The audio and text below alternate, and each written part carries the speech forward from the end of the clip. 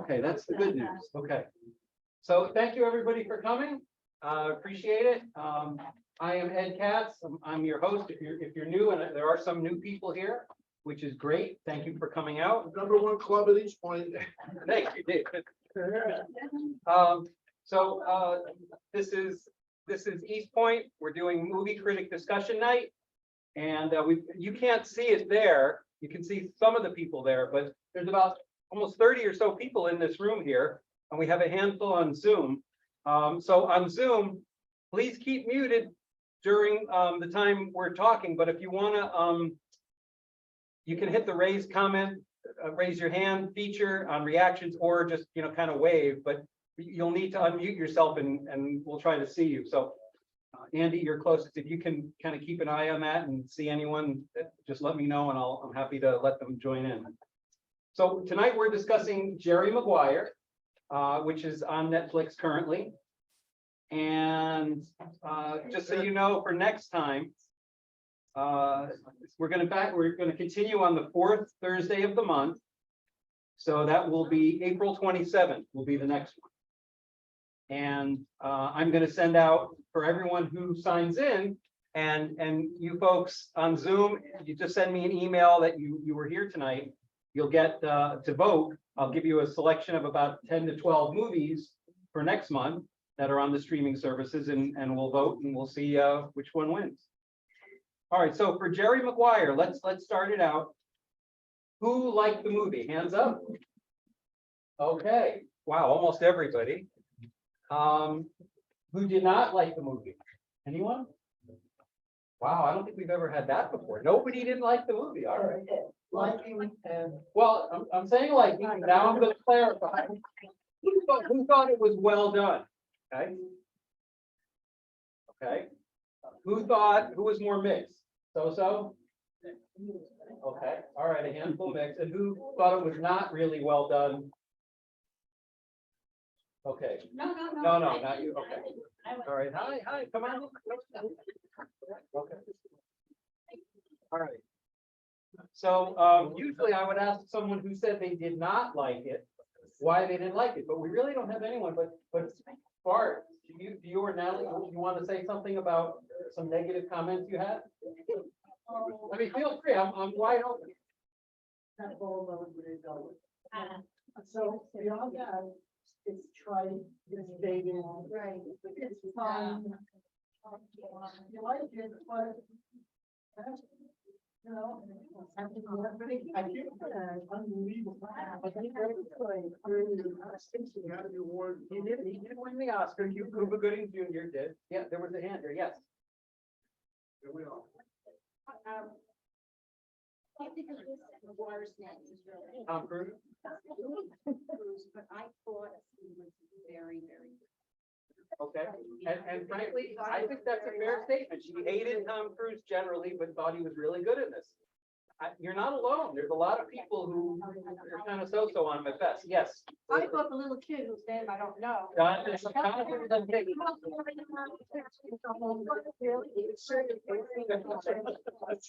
He was too cute. He was an impediment. He was too cute.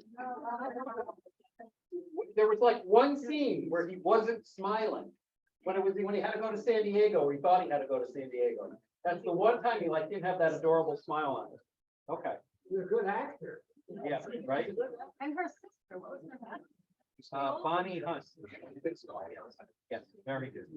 I'll get to her too, because there's an interesting thing about her. There's so much. Usually when I look up a movie to see about the trivia on it, there's a popular movie, 20, maybe even 40 comments of trivia. On this, check it out on IMDb. There were 129. There's just so much history to this movie and so many quirks to it. So I'll cover several of them. I'm not going to cover all, but I'll cover several of them as we go through it. So I want to read you the Rotten Tomatoes critics consensus. And on Rotten Tomatoes, it had an 84 from the critics % liked it, and a 79 from audience. Anchored by dazzling performances from Tom Cruise, Cuba Gooding Jr., and Renee Zellweger, as well as Cameron Crowe's tender direction, Jerry Maguire meshes romance and sports with panache. Okay. Anyone still need to sign? Okay, there you go.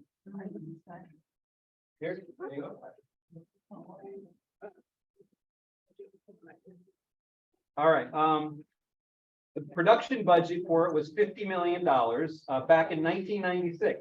Very big budget for a movie back then. The box office it did though, in the US and Canada was 154 million. And it did another almost 120 internationally, so about almost 274 million in 1996. Very big hit. Cameron Crowe was the director. He was also one of the producers, and I'm going to mention the co-producers of the movie. Lawrence Mark was one who's done a lot of things, including The Simpsons. Richard Sake, also on The Simpsons, and then James L. Brooks. Anyone, does that ring a bell with anyone? Sorry? Yes, very good. Yes, very Tyler work. Yeah, you get a gold star. Yep. All right, plenty of other stuff too. James L. Brooks is one of the most prolific and successful producers of TV and movies in Hollywood. I'll tell you what he's done. He's from North Bergen, New Jersey, dropped out of NYU, became an usher at CBS, and started writing for the news. And then he got hired by producer Alan Burns to write for, in the 60s, My Mother the Car. And then he created Room 222. You remember that show? Okay. Then Grant Tinker hired Burns and Brooks, his mentor, Alan Burns basically was his mentor, to create the Mary Tyler Moore Show in 1970. They won Emmys, they spun off Rhoda, Lou Grant, and he also did Taxi. Okay. And then for films, starting over with, if I remember right, Burt Reynolds and Sally Field, Terms of Endearment, Broadcast News, As Good as It Gets with Jack Nicholson. Not bad, right? And of course, Jerry Maguire. In 1999, he mentored Cameron Crowe on his Say Anything movie, which led them to work together, and then came Jerry Maguire. So he also hired a cartoonist named Matt Groening to create short animated skits for the Tracy Ullman Show, if you remember way back then. And those skits ended up becoming The Simpsons, which is still running over 30 years later. He's gobs and gobs of people, yeah. So like I said, he's huge. So Cameron Crowe, his other film, he's no slouch. Almost Famous, remember that? Okay. With Goldie Hawn's daughter, Kate Hudson, thank you very much. And who was the kid? Who's the kid? I didn't see that. You didn't see it? It's definitely worth seeing. Yes, definitely worth seeing. Okay. He also, so Say Anything with John Cusack, a romantic comedy. Singles in 1992, Vanilla Sky in 2001, Elizabethtown, not a huge hit. We Bought a Zoo, Matt Damon. And his debut screenplay when he was in his early 20s, Fast Times at Ridgemont High. Okay. And in order to do that movie, he went undercover in a high school in Southern California for a year, posing as a student even after he was through. He was like 5 years out or something. So that's where Fast Times at Ridgemont High came from. Like for the classes and everything. Yes, yes, he did. So he actually went to University of San Diego High School. And Fast Times at Ridgemont High came out when he was 25. It came from a book he wrote going undercover at Claremont High School in San Diego. In 1989, he wrote and directed Say Anything, then came Singles, then Jerry Maguire. And then Almost Famous was a project he wanted to make, but he had to wait until he had a big enough hit like Jerry Maguire to have the leverage to do it, because Almost Famous is kind of an autobiographical movie for him. Let me see if I could find the, okay, here it is, right. So he skipped 2 grades in school, and by age 13 was writing music reviews for an underground publication called the San Diego Door. He corresponded with Lester Bangs, and you'd have to be a rock music, fan to really know who Lester Bangs is. I happen to know because when I was in high school, I would read his columns. He became the editor of Cream magazine, which was more of a independent, lower budget version of Rolling Stone. And then another one in that realm was Circus magazine. So he started as a contributing writer with Cream magazine and then also Circus magazine. At age 15, he graduated high school, went on a trip to Los Angeles, and met a guy named Ben Fong Torres. Anyone here ever heard that name? Okay, again, I knew it because I was a rock music geek. He was the editor of Rolling Stone magazine. So he became Rolling Stone's youngest ever contributing writer. And he's not even in his 20s. He's interviewing Bob Dylan, David Bowie, Neil Young, Eric Clapton, Wow. the Eagles, Poco, Steely Dan, and Led Zeppelin, which was basically the story of Almost Famous, was this kid getting on a road trip Did with he even Led know who Zeppelin. they were when he was interviewing? Oh, yeah, he was a huge music. He was writing reviews. He was 13. Yes, he did. He did. So, so pretty fascinating background on him. And also, does anyone know who he was married to for many years? Yeah, right. Okay. Ann Wilson from Hart. Oh, That was his wife for like 20 something years. no more? No more, no. But they had 2 kids. It's kind of broken.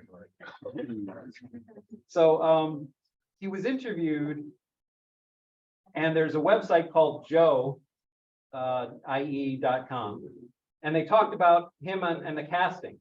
So he was talking about for Jerry Maguire, and he was they're quoting it from the Bill Simmons podcast. And there was a range of movies and touched on the original lead choice for the box office smash. So the quote is, Jerry Maguire doesn't get made with an unknown, for example, and now I can't see anybody but Tom Cruise in there. It's the perfect marriage. It was originally written for Tom Hanks. He was the first guy to get the script. Quote, he was admiring, but he passed. It was the most seductive pass you could ever imagine. I didn't realize he had passed until I hung up the phone. That's how presidential he was. Wow. So Tom Hanks let him down easily. Did he say why? Like he? Yes, he ended up pushing ahead with Tom Hanks's pet project that year, which he was the writer and director for a film about a one-hit wonder band called That Thing You Do. Cute little movie, but not anything very heavy or big, right? Do you know the difference between the age in Cruise and Hanks? That's interesting because. Hanks is a little bit older, but not much. I think it's just a few. Well, Hanks was born in 1955, so he's 67, Okay, so he's like 5-6 years older. 63. 63. Okay, so just four years. Okay, so about 4 years. Thank you. Very good. What happened? 4 years. Like, no. Yes, I'll get to that. Yep, I will get to that. Yep. So with Hanks passing on it, Cruise went to, excuse me, Crowe. Went to Tom Cruise, and the movie had a lead that was much more high energy and, in his words, bellicose than the Forrest Gump and Philadelphia star would have brought to the screen. And I'll get to other people that were looking at the role, including Woody Harrelson. But there is a funny line about Woody Harrelson who passed on it.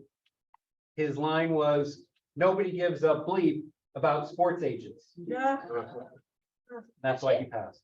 As for the role of Dorothy Boyd, Cameron Crowe confirmed that Mira Sorvino, Joey Lauren Adams, and Gwyneth Paltrow had been among many top Hollywood stars that read for the role before relative unknown Renee Zellweger got the nod. So Crowe said, Renee Zellweger read for it twice. The last time she came in, her dog had died and she was not in the right frame of mind. She left and no one in the room really talked about her. It was a moment where it isn't even brought up because it's obviously not going to work. 6 months passed and our casting director goes, you know, I can't get that girl from Texas with the dog out of my mind. So I have to tell you about, if you're not familiar with casting directors, they can make or break movies and theater. I know on Broadway, Bernie Telsey is the master caster.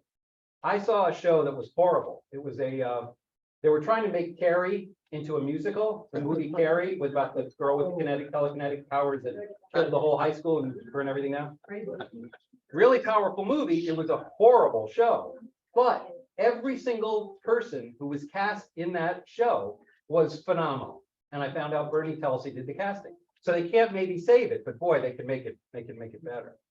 And I've seen it. I mean, I did some casting for an off-Broadway musical that actually won a musical award. And there was one person we had do a reading for a small part. And I said to my co-producer and the director, she's too good. If we're going to put her in, we got to give her more than one song. We ended up giving her 3 songs. After she did our show, she got cast as the lead in Mamma Mia that toured for a year and a half in the US and overseas. So now that was me. So, but recognizing the talent and giving them the opportunity when you see someone good is crucial. So, so he says about Renee Zellweger. She came back on a day when Mira and Gwyneth were in, and Cruz was there. He was in the room to read with them, and something just happened. She made him laugh. She just came in with this young spirit.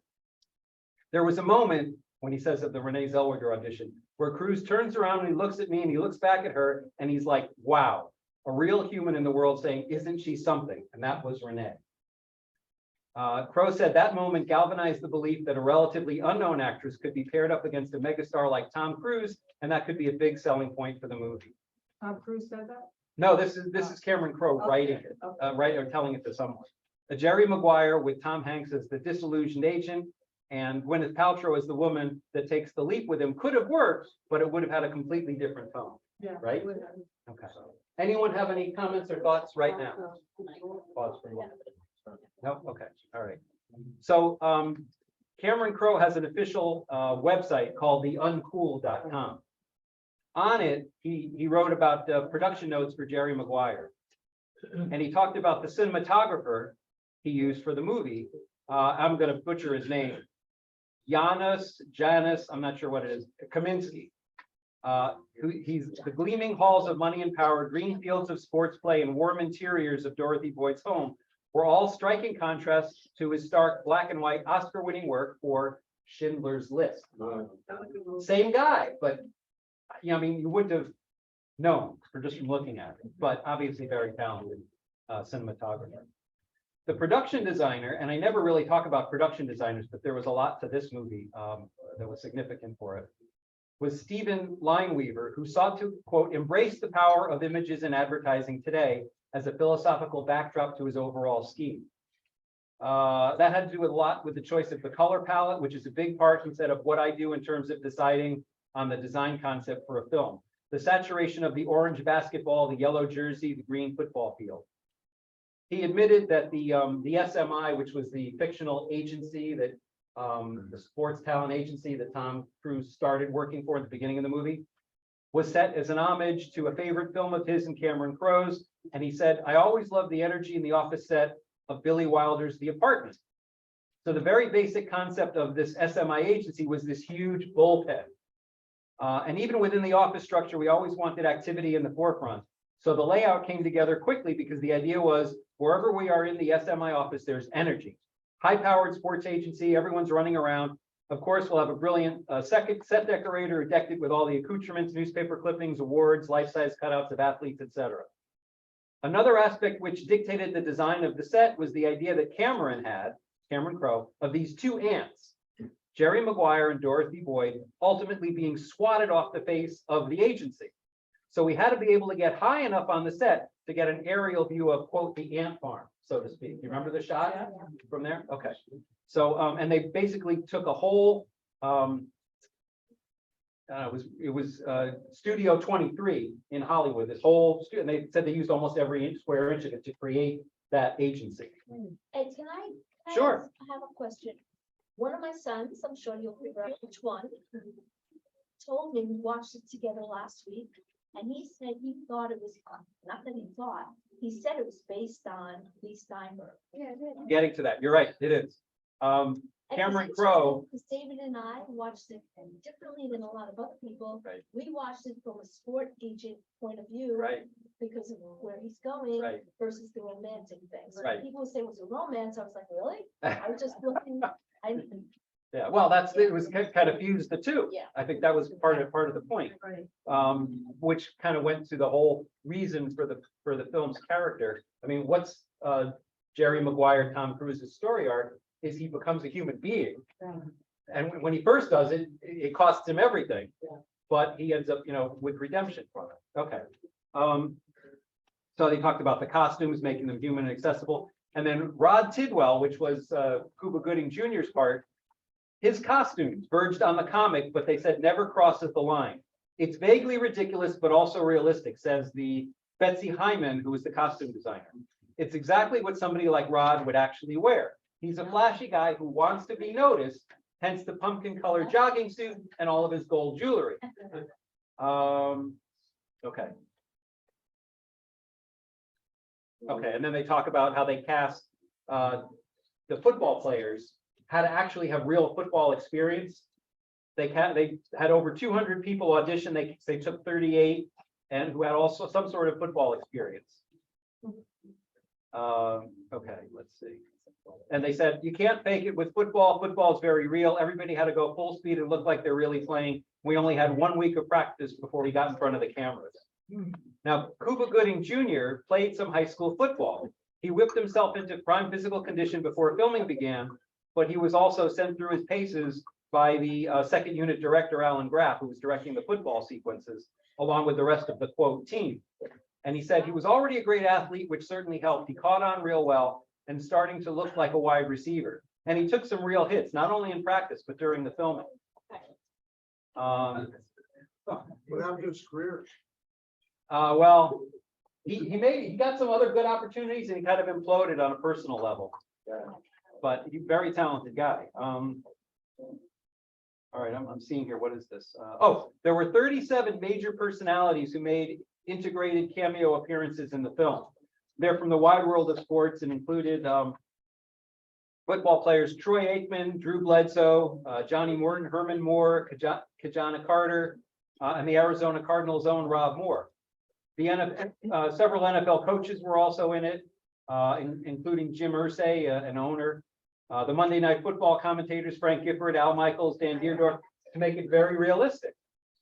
And sports agent Lee Steinberg was in the movie. He was actually in the scene with Troy Aikman. And Cameron Crowe followed Lee Steinberg around for a while before making the movie. And in real life, what the character of Bob Sugar did to Tom Cruise's character, that happened to Lee Steinberg.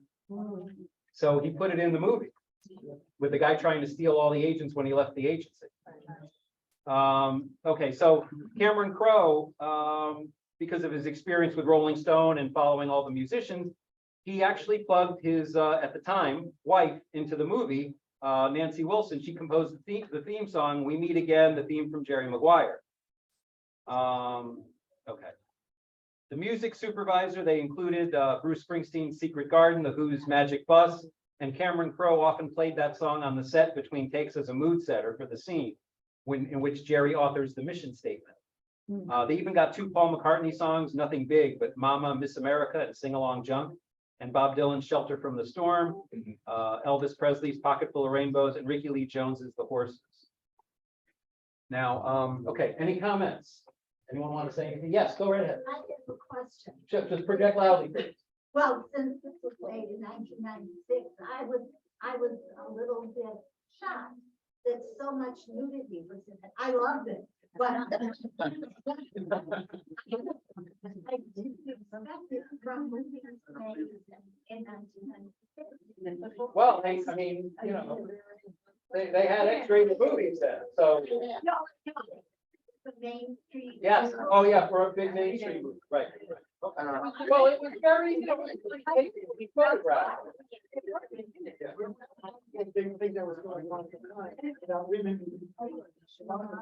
Yes, exactly. Thank you, Mark. Women in locker rooms, that was a new thing. And I don't know anyone in the Yankees fan had ever listened to the radio, Susan Waldman, the Yankee broadcaster. She had a real difficult time because she was trying to go and interview the Yankees and they would like kick her out because they were getting dressed. And she was at a disadvantage professionally.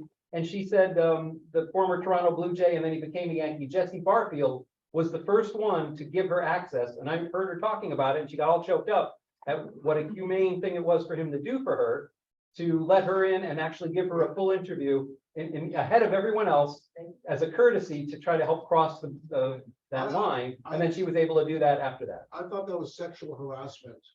The guy standing there, you know, naked, complete naked, trying to have a conversation. I thought it was absolute sexual harassment. Well, but wait a minute, that's a good question. I mean, is it? But remember, it's their locker room.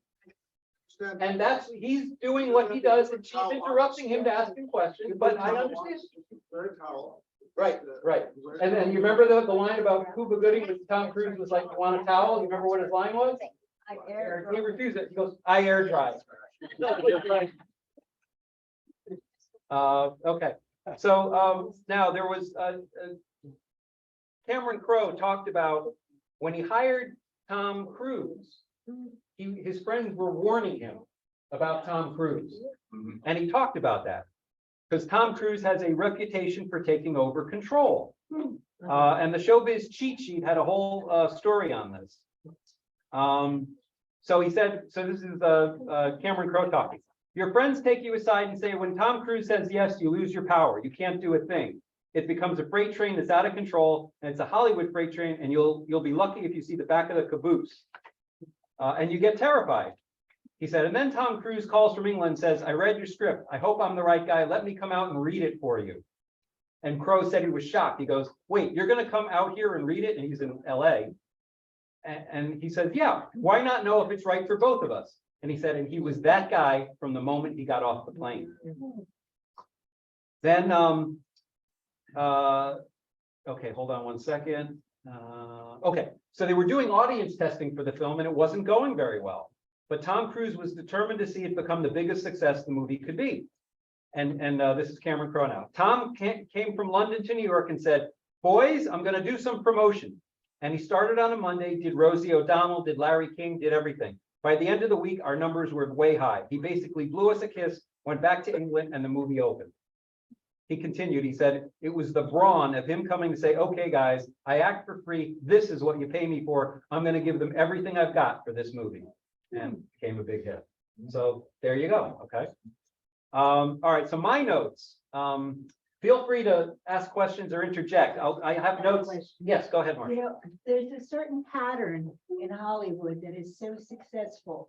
And that same pattern resonates in this, and that's the hero cycle, Yeah. where the guy is on a quest, he overcomes obstacles, he Right. gets the girl. I think it's Joseph Campbell's hero cycle. Okay. It's in every movie that is successful. It's the traditional. It's the traditional story structure. Yeah. Pattern. It's Sure. a feel-good movie. Sure. Everybody loves it. Yep. And they're always winners, but it's the same old pattern. Right. It really is. Right. It works. Yeah. It Very, works. very fair point. It Absolutely. is, and that's what it is. And it's repeated a lot because Exactly. it's popular and it works. I mean, have Tom Cruise ever made a flop? Yeah. Yes, I'd have to look it up, but there have been a few. Not many. Because I can tell you that Tom Hanks has. Yeah. Oh, yeah. And Joe versus the volcano. Anyone? not that, but how about Bonfires of the Vanities? And Yeah. that was horrible. Joe versus the Book was volcano was great, worse. Which, and then also the Da Vinci Code, which was also great books. Great ho- book. Horrible. Not a great movie. Yeah. Horrible. Big with that star? Yes. Yeah. Well, that's got critical praise. Yeah, I didn't love it. I gotta tell you, but yeah, no, there were others. I'm sure you could look In it the up. back, Had a in the few. back there. Yes. In your notes, does it say why the kid was called Ray and the brother in Rayman was called? But that's right. No, So there's nothing about why Ray. no, but I had a theory on Dorothy. Ah, wow. Dorothy Boyd, who was Renee Zellweger. My thought on her was, she makes the decision to leave with him. And to me, that's like Dorothy from the Wizard of Oz. You're not in Kansas anymore. You're leaving SCI and going out, you know. There was a whole discussion about that, in fact, when they did the change of, in Wizard of Oz, about the change of in color. Color, black and white color. Yeah, they did the whole thing related to it. Yeah. Okay, I said good. So it's not just me. Fred Krogan, I Okay. recognize Fred Krogan. Let me tell you that David had a question. Okay, so the movie starts, and actually one reviewer had it wrong. They said a football client of his gets his fourth concussion. It wasn't a football client, it's a hockey client. Little detail. So what happens with the guy's son, Oh, he was good. right? Yeah. Yeah. The son swears at Jerry Maguire because he's got this clause that he's got to play an X percentage of the games to get this big bonus. And the kid's like, shouldn't somebody make him stop? And he's like, he'll be fine. He can go through anything. And the kid swears at him. And it kind of gives him a self-aware moment. That was like the catalyst for the movie. And he realizes he hates who he's become. So he writes the 27-page mission statement about how the agency should be run. Fewer clients, more attention, not just motivated by money. And of course, you know, before he has a chance to go to sleep and wake up and think about what he's actually doing, he sends it to the whole agency, 110 people. And you see his mentor, Dickie Fox, the things we think and do not say, and the Who song comes on, I'm in tune. Okay, so then, of course, he realizes too late, it's a mistake. He gets applause with everyone kind of knowing he's going to get fired. And on a plane, we learn he's engaged, he flies first class. Zellweger's in coach with her son Ray, looking enviously. And then we see Zellweger's sister, Laurel, played by Bonnie Hunt, who runs, what kind of a group does she run? Somebody? Right, okay. And they only seem to meet at Laurel's house, right? Okay. One of the women in the group was Cameron Crowe's mother. One little trivia tidbit there. We also learned that Jerry gets 4% of Rod Tidwell's salary and endorsement deals, which from my understanding is these days, it's usually 2 to 3% because the dollars are so much higher. So was that really? Yeah. That's interesting. Yeah. Interesting. So the role of Bob Sugar, did anyone recognize the actor who played Bob Sugar, the other sports agent? Yeah. Jay Moore. Yeah. He's a stand-up comic who's done a lot of movies and TV, but he's done a lot of stand-up. And he played obviously the bad guy. You need a bad guy. So his character was based on Drew Rosenhaus, who's known for similar tactics. He's a big real-life sports agent. So he fires Jerry after his bachelor party, and he fires him while smirking, if you notice. Yeah. And then the song that I thought this was great, the song in the background, just an instrumental portion, is Fleetwood Mac's "Oh Well." And I'll tell you a line that wasn't in the movie, but the line that's kind of the chorus is, "Don't ask me what I think of you. I might not give the answer that you want me to." Oh, well, that's the song. So I thought that was a great choice. And my favorite Fleetwood Mac song, because it had Peter Green before they went really big commercial. So on the phone, you see Jerry going, "I'm Mr. Black People." Could I ever even do that line now? Right? No, okay. I was wondering, because this was 96, if it was perhaps a joking reference to Bill Clinton, who was jokingly referred to often as the first black president. So I don't know, just a thought. Any thoughts? Who was referred to as the first black man? Bill Clinton. Oh, really? Yeah. Well, Joe Biden said, "No, openly, you ain't Yeah. black." Yeah. So, Okay, so Jerry keeps just one client, Tidwell, of course, who says, "Show me the money, Jerry," and they have the big shouting thing. That actually came from a real football player, an Arizona Cardinal and San Francisco 49ers safety named Tim McDonald, who he coined the phrase in a discussion with Cameron Crowe. And of course, you see the deaf couple in the elevator are connected. You complete me line, which is kind of a foreshadowing of the importance of the connection on a personal level. And then the character of Beau Bridges. Anyone remember him in the movie? The father of Jerry O'Connell. Right, who's the backstabber, right? And after the meeting with him on the radio comes "Free Fallin'" from Tom Petty's song. So, and do you remember why, when Beau Bridges was asked, why he made the change to Bob Sugar? There was a very interesting line in there. was it because he was down on the floor with, Say loud. oh, he was down on, he said that you were down on the floor with Cuba Gooding, like, Yeah, his line taking was, care of him. "You were in the lobby with the black fellow." Yeah, oh, yeah. Right, so remember, they make sure to pronounce his southern accent, so you could tell he was apparently a southern racist. So here he sees the guy he wanted to be his agent spending time with the black player. He's like, "We're going with the other guy." Okay, so that's, Yeah. they had a little racism put in there. You said an hour.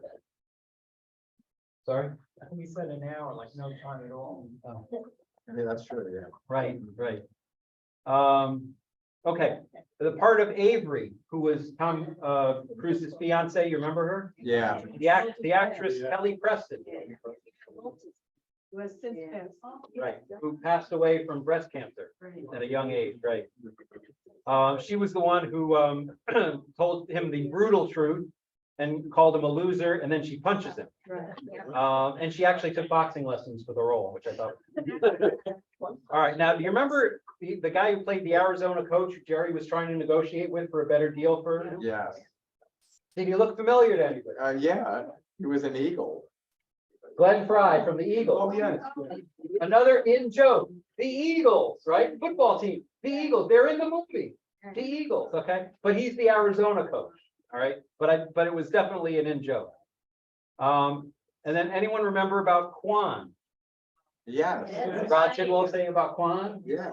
All right, so that was supposed to be love, respect, community, and dollars, okay? And then to which Jerry responded, help me, help you. And he said how Rod was great with his family, but he was kind of selfish and aloof at his job. Which is interesting because that's the opposite of Jerry Maguire's character, right? Right. So they each could help each other essentially. And that was kind of another story arc for the film. Okay. I made a note about Chad, the au pair who had a crush on Dorothy. And then this, I think for the mid-90s, this is one of the great Black woman roles was Marcy, who played Rod Tidwell's wife. Regina King. How was she not nominated, right? She was great. It's a strong female character. And by the way, she really was pregnant during the filming of the movie when you see her pregnant. So they incorporated it. Regina King. Yeah, Regina King. That's Yep. probably the son who just died. She just lost his son. Oh, God, I didn't know. Yeah, Oh, wow. because that was his son. I don't know. Wow. Yeah. So Jerry marries Dorothy, so she doesn't move to San Diego. And do you remember why he tells Rod Tidwell he married her? Out of Loyalty. loyalty, right? Right. So of course, Rod laughs at him for that. And then you remember, right, not the best reason. Then you remember the Bachelor video, great friend, bad at intimacy. They said about it. So then, okay, after Rod's big Monday night football game won by his Cardinals, in large part due to him, as opposed to the real game where they filmed it with Dallas, where Dallas actually won big, like 37-13. Jerry realizes he has no one to share his joy with, and that's when he realizes he misses Dorothy. And then you hear Bob Dylan's Shelter from the Storm. So Jerry told Rod to play with heart like in his marriage, and with Jerry the opposite. And then of course he walks in and she says, you had me at hello. Okay. Yeah. All right, anyone, yes. When Gooding Jr. and Tom Cruise were walking, I guess he was gonna do a commercial or something. The camel one? Yeah, and then they walked away from it and they're having a conversation and Cuba Gooding Jr. says, did you have the talk with her? Right. Remind me what that was about. It was Looking to find. because she was a single mother. Right. So he had to have a Did he talk use with a her. term? Did he use a certain term? About her being a single mother or something? No, I just thought he said the talk. The talk? Yeah, I didn't remember anything more than that. He was threatened by single mothers. That's something that you have to talk to them differently or not. Yeah, you have to talk to them differently as a single mother because they look at dating differently. Okay, But that was it. He didn't elaborate on it no. and it kind of left it a little vague. Right. No, he didn't. I Right. took it to believe the talk was that he should tell her that he really didn't love her as much as she loved him. Mm. That's what I thought. Yeah, because she's a single mother and can't like really waste time. Right. Right. I think I think that's a that's fair what it point, is. Lori. Yep. Yeah. So, and Yes. That's how I- that's where I started to say, it's the wrong. This is where it said, okay, we've moved on. It was This is like, you can't write anything more trite than that. And actually, it's something, okay, it's fun, we love it, but that kind of, it's forced, you know, it's just forced writing. Okay. I don't like. By the way, Cameron Crowe took 3.5 years to write this script. He wrote it, rewrote it over 20 times. Okay. Yeah. We're in the back. behind you. Yeah, I disagree. go ahead. What? Just project I loudly. just want to say, I think that's a very natural thing for somebody who was brought up by a single mother. As a single mother to say, and I thought he was just showing another side, that guy was such a good guy. You know. Rod Tidwell. Yeah, Rod Tidwell. He was really a really good guy, but he was willing to like damage himself for his wife. He was willing to tell, he asked him at one point, Tom Cruise asked him about, you know, he doesn't know, he's on the fence or whatever he was saying. And he said, look, you can't do that with her. You can do that with someone who's just single. Right. But she has a child and she's looking for family. And I didn't think it was trite at all. Okay, I thought the loyalty thing comment too was more about the kid than it was about, It hurt the kid. right, I mean, I got to talk, he had to qualify as also father of her child, that he would be a good person to bring the kid. That's what I thought. okay, so we have several different opinions. I'm not gonna say any of them are wrong. They all sound very credible to me. So maybe it's a combination of all of it. Okay, there were some reviewer notes. And I do want to read part of Janet Maslin's review in the New York Times, but in Variety, Todd McCarthy said, smartly written and boasting a sensational cast, Cameron Crowe's shrewdly observed third feature also gives Tom Cruise one of his very best roles. In People magazine, Tom Gelato wrote, this comedy has everything going for it, not least of which is Cruise's most appealing performance since Risky Business. So, all right, Janet Maslin in the New York Times, one of my favorite critics, she wrote, when Jerry Maguire, looking like Tom Cruise at his considerable best, shows up unexpectedly at the house of his admiring young business assistant, he mentions he has suddenly split up with his fiancée. Jerry turns his back to Dorothy, Renee Zellweger, as he says this just long enough for her jaw to drop. That's a cute little, rom-com moment, right? it was great. She wrote, she writes, it's a lovely little moment. Jerry Maguire is loaded with them. Bright, funny, tender encounters between characters who seem so winningly warm and real. Disarming acting, colorful writing, and true generosity of spirit keep the movie on track. Mr. Cruise could have been too big a star for this becomingly modest movie, but Mr. Crowe makes clever use of his leading man's golden boy aspect. When we first meet him, it's all about his appearances anyhow. He looks great, talks fast, and cares not one whit about the sports stars he represents as a high-powered agent. Listen, there's no proof of anything except this guy is a sensational athlete, he tells the police on behalf of one client. He also tries sweet-talking the son of a, as she writes, football player, was a hockey player. When the boy pleads, Mr. Maguire, this is his fourth concussion, shouldn't somebody get him to stop? Mr. Crowe's great talent is for creating a glow of intimacy around tentative young characters as they find themselves falling in love. Ms. Zellweger's open, eager, unconventionally pretty face suggests that miracles are in the offing. This refreshing actress, again, she was brand new then, who has had small film roles before now, but arrives in a big way with Jerry Maguire. And then apparently she was in The Whole Wide World, which opened right after Christmas, so a few weeks after this one. She was an inspired choice to play opposite a dreamboat of Mr. Cruise's stature. And she writes, her fetching ordinariness, which happens to be quite extraordinary, brings him down to earth in ways no movie queen could manage. And it affirms the film's sense of freedom. The basic appeal of Jerry Maguire, pure midlife crisis played with a younger cast, is in watching Jerry become liberated from the rat race and discover a richer new life in the real world. Since it's a romantic comedy, it handles this transition with exuberant humor. There's an uproariously funny performance from Cuba Gooding Jr. as the one client he's able to hang on to, a loudmouth show-off who demands big money and refuses the offer of a towel in the locker room. Nothing about his earnest roles before, in films including Boys in the Hood, is preparation for the hilarity he generates here. Also, scene-stealingly good is Bonnie Hunt, who plays Dorothy's wisecracking sister, and is wary when she hears about Jerry. Okay, she says, but he better not be good-looking, just before he interferes. The strong cast includes Regina King as the football player's hard-boiled wife, and her line to her son is, why don't you be the first man in your family not to use that word, and then we'll let you live. Great line. Talk about Lipnicki, the kid. He's also dependably adorable here, though the film relies too readily on his antics sometimes. This 6-year-old does show a remarkable rapport with the film's two leads, and he has some fine scenes with Mr. Cruise once Jerry tries to start a new career with Dorothy by his side. When work begins to mix with romance, Jerry expresses some uneasiness and even mentions sexual harassment and Clarence Thomas, and Dorothy says sweetly, I may not sue. Okay.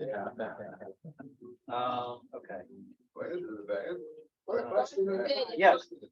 Here, I have a question. I have two questions that kind of are reflecting. Louder. Yeah, louder, please. What's your thinking on choosing a mainstream movie and put it in the context of the Academy Awards?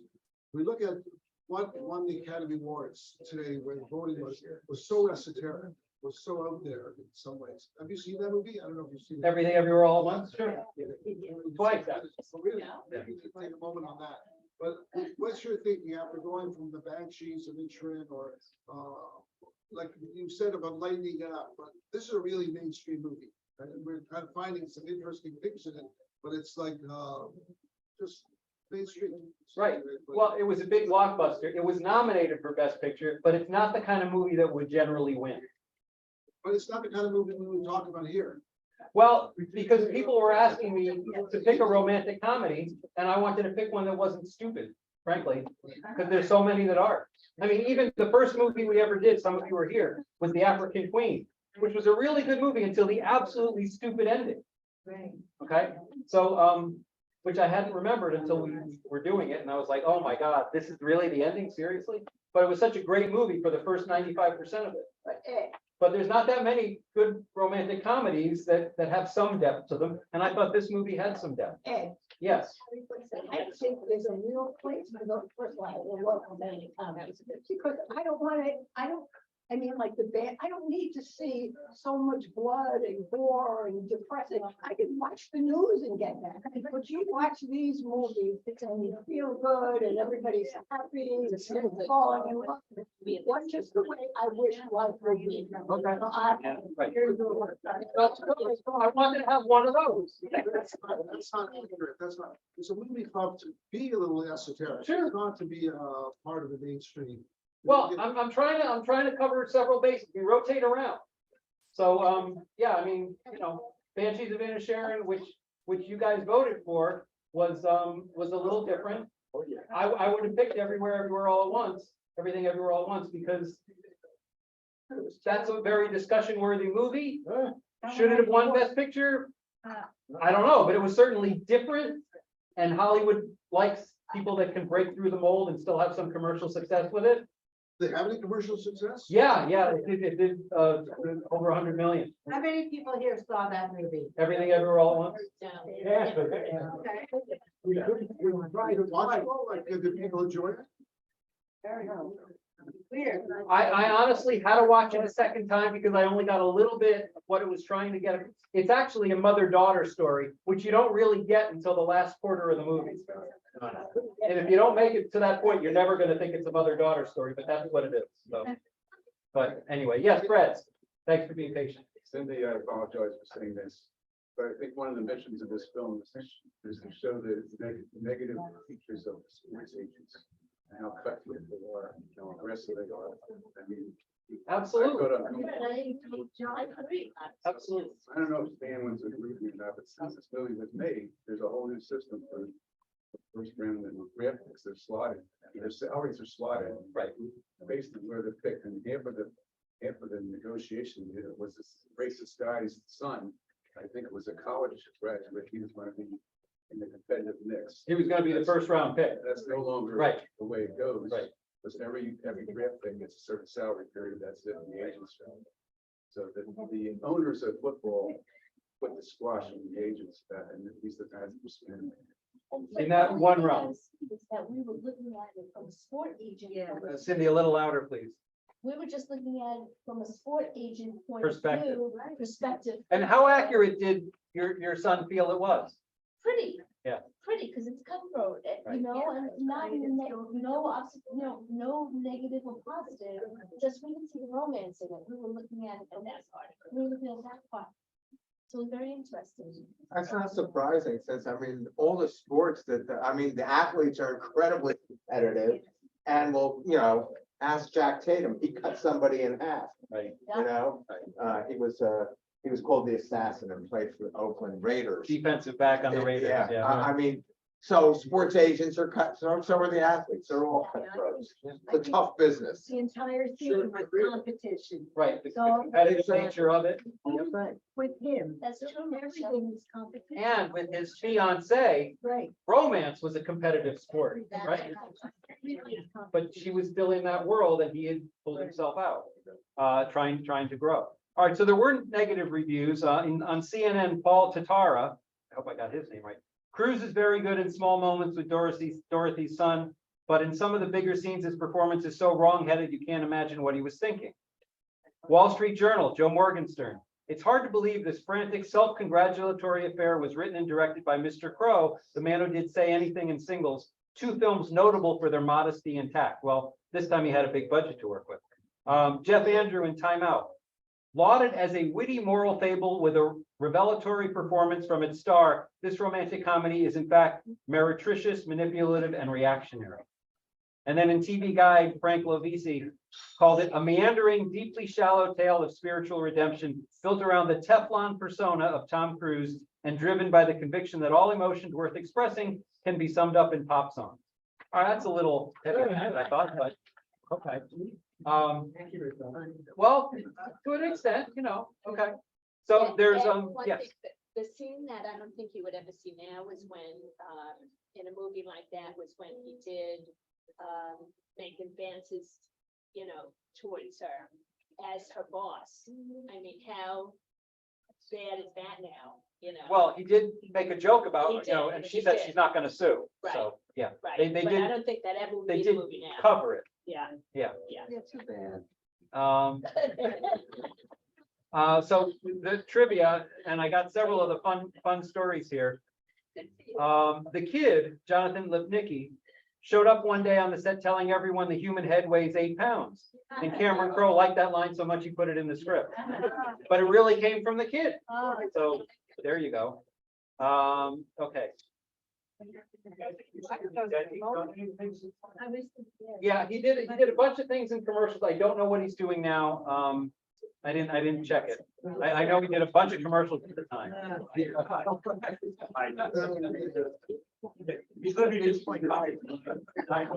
Okay, towards the end of the movie, when Rod Tidwell's being interviewed on television, Jerry's being congratulated by a lady. The lady was Olympic skating champion Katarina Witt. And she's seen standing next to Lee Steinberg, who is the inspiration for the title character. And Lee Steinberg introduces Jerry to Troy Aikman in the movie, who at the time was a quarterback, not the announcer that he is now. Okay, right. So it was based on Lee Steinberg's ex-partner, David Dunn, tried to lure away many of Steinberg's clients, just as the Jay Moore Bob Sugar character does in the movie.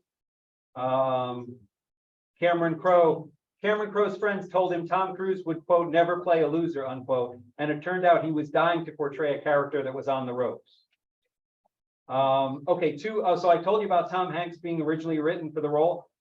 Dorothy Boyd's part was originally supposed to be played by, it was written for Winona Ryder. And they tested her, and they said the problem with the screen test with Winona Ryder was she and Tom Cruise looked like brother and sister. They didn't think that was a good thing. Paula Abdul helped Cuba Gooding Jr. choreograph his touchdown dance. That I thought was funny. Bonnie Hunt, again, she played Laurel, the sister. She said her character is the audience's point of view. And she said the toughest part of the movie was, quote, playing a character that doesn't like Tom Cruise. Okay, so Cameron Crowe's mother, I told you she was in that scene with the divorced women's group. She's the one who says, I finally got in touch with my anger.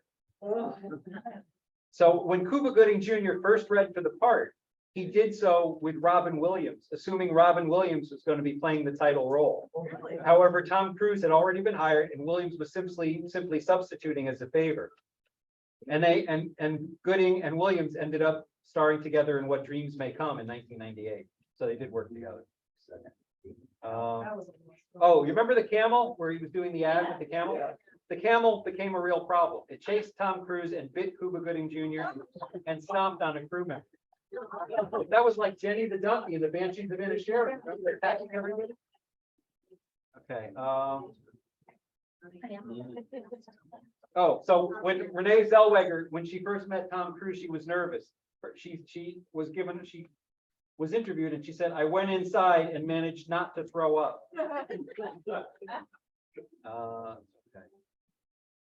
So the audition Cuba Gooding Jr. did was the Help Me, Help You scene. That was his audition. Cameron Crowe offered the Dorothy Boyd role to Janine Garofalo if she could lose weight. But after trimming down, she learned that Zellweger had already won the part. Right. Well, I don't know if you could do that with acting roles or not. It's a very gray area for acting roles to dictate, people's weight. Oh, Can't have the role unless you. right. Right. I don't know if you can or can't. So, how is a fat guy in the That's different. And the reason Tom Cruise even came to mind, after he saw us say anything, guys, after he saw us say anything, Tom Cruise called Cameron Crowe to say he loved the movie and would love to work with him. So Cameron Crowe reminded him of that when he approached him about taking the role. Oh, so the "you had me at hello" line initially made no sense to Renee Zellweger when she first read the screenplay. She thought it was a typo. Like a mistake. But that line served as the inspiration for Kenny Chesney's single, "You Had Me from Hello." And then, interestingly enough, in 2005, she married him, right? Except they got it annulled after 4 months. Then he married Julia Roberts, they. No. Okay, so Cameron Crowe felt his movie Singles. Cameron Crowe felt Singles hadn't done as well as he would have liked, and he wanted to write a more personal, emotional movie. All of a sudden, I just looked around, and it was a good thing. Many false friends disappeared. He told in an interview in 2005, and the people that sort of stayed behind, who you realize were your true friends and would be your friends for life, were not the people I expected. And that became one of the first ideas that drove Jerry Maguire. What if you lost everything or lost a lot, and you looked around and all those people you thought would be there for life are gone? Who's left? So that helped drive the movie. Now here's something interesting. On the BBC, Cuba Gooding Jr. talked about how his dad, Cuba Gooding Sr., did not hold back when he was on the set. Cuba introduced his father to Tom Cruise, and his dad gave Cruise a hug and said, "But seriously, are you gay or not?" Cuba later scolded his father and said, "You can't keep your lips loose and they move too fast." According to Tom Cruise, Cameron Crowe was obsessed with the goldfish. Crowe said it's Jerry's only friend. Right. Okay. Oh, Cameron Crowe wanted his hero, the movie director Billy Wilder, to play Dickie Fox. Wilder thought about it, but on the first day of filming, he refused to do it. So Crowe took Tom Cruise to Wilder's office to try to convince him. Wilder still said no. Later, Wilder and Crowe became friends, and Crowe actually wrote a book about Billy Wilder's life, but he didn't play him in the movie. The mission statement that he wrote was directly influenced by Jeffrey Katzenberg's tirade after leaving Disney. How about that, right? Oh, so another person who auditioned for Rod Tidwell, who I actually thought would have been great for the part, was Jamie Foxx. Right? And then Cameron Crowe showed Tom Cruise photos of Katharine Hepburn and Spencer Tracy to demonstrate the kind of chemistry he was hoping for between him and Zellweger. Yeah, here it says he wrote the script over 20 times. And I've got just a couple other things. Okay. Yep. I think their chemistry was phenomenal. Yes. And Steve on the doorstep, but I don't know if that was by accident he broke his strap or. I didn't see anything about that. There's 129 trivia points I read. That wasn't one of them. So it may have been on purpose. I like that. So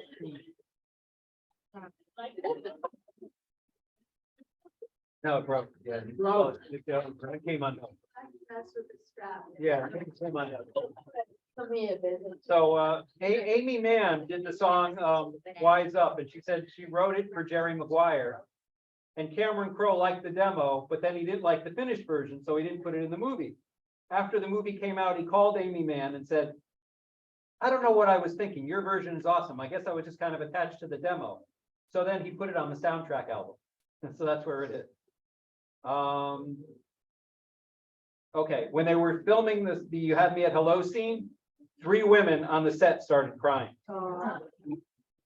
Edward Burns was the second choice to play Jerry Maguire. He was offered the role while completing The Brothers McMullen, but he declined as he wanted to concentrate on his own movies. He was also in pre-production for She's the One.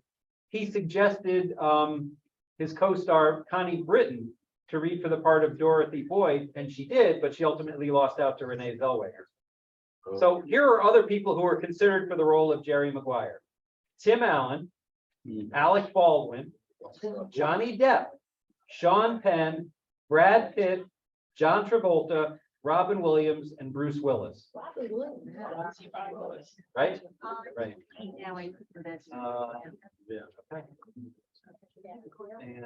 And Woody Harrelson was offered the role, and I told you, he said the line, nobody's gonna give a, about an agent. Hugh Grant admitted in an interview, the script for the movie was accidentally sent to him instead of Tom Cruise.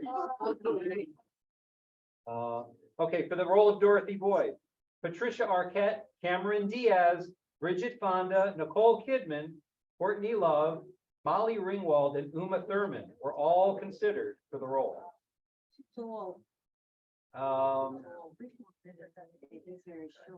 Yeah. Oh, Jennifer Lopez turned down the role of Dorothy Boyd at the bequest of her agent, who felt the role was not right for her. No. Anybody Yes. else? I'm sorry. Just one more thing, Yeah. I don't know, this is very apropos to the group. If you notice, he said he got married to her to pay for the health insurance. What? Did he say You know, that? they figured out a way to pay for health insurance. Yeah, Health insurance. To get Right, her she got her health insurance, so she had her kid come. Okay. She quit her job and she lost. Right, she quit her job and she lost it, right, right. Good point, David. Yes. You know how Renee's Zellweger was, like, early 20s. I'd have to look it up, sorry, yeah, I don't know, yeah, she was a little younger than him, but not a lot. I just Okay. wanted to say something about the weight issue we were starting to talk about. I think if you ask someone to lose weight for a role to look good, it's different, like in The Whale you were saying. You know, to gain weight, if the character is supposed to be heavy, there's nothing wrong with that. But to say to a woman, you have to, you know, look at pretty and that's, And you have to lose weight, that wouldn't fly in a way.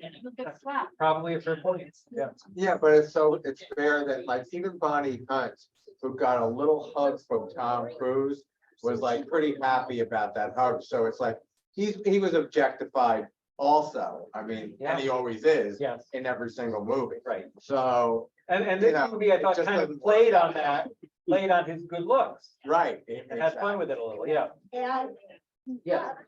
ask all of you, do you think that this was cast correctly after hearing all of these other choices?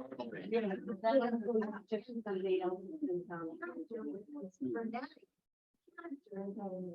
could feel that energy to from the screen. And Renee Zellweger had that innocence. Would he, yeah. 25 years ago, or whatever, so everybody was different, looked different, was different.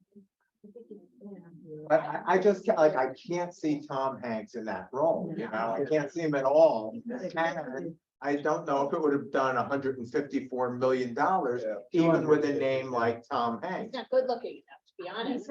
Well, there you go. He's not good looking enough. Yeah, it's too nice. You didn't have that one, Right. That could work. maybe, yeah, Well, and I loved him in, The Money, what was it, no, The Money Game? Yeah. Moneyball, Moneyball, Brad yeah. Pitt was so great in that, yeah. But I mean, you know, Tom Cruise has the intensity to play that really competitive agent type role, just like, you know, he was, like, what was the movie? Rain Man. Well, no, It's the well, same character. well, like, what's Same personality. It is kind of. similar, but similar also to, what was the movie I was thinking of? Oh, and, you know, You Can't Handle the Truth, you know. Yeah, Few Good Men, he was really intense in that, you know, and he had that same, and the other thing. And he had a battle with Jack Nicholson in that. too. Exactly. Challenge, yeah. The one thing that Barbara and I notice in every movie we see with Tom Cruise, at some point in the movie, he sprints. In every single movie, watch for it, it's great. Well, he Yeah. makes action movies. Yeah, That's it's gonna just happen. great. But he runs different than anybody else. It doesn't even fall for him running. Yeah, but he's off like a. So Tom Cruise and Cuba Gooding Jr. were actually also together in A Few Good Men, made a few years before this. Good movie. Right? Good movie. Very good movie. And I'll close it with this movie was included among the American Film Institute's list of the top 100 America's greatest love stories. All right, yeah.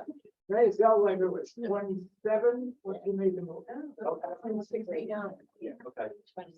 Same 8 years. All right, thank you. So I will close it. Thank you. And I'll send an email for the next one. Very good. That was great, Ed. Thank you. Good on there.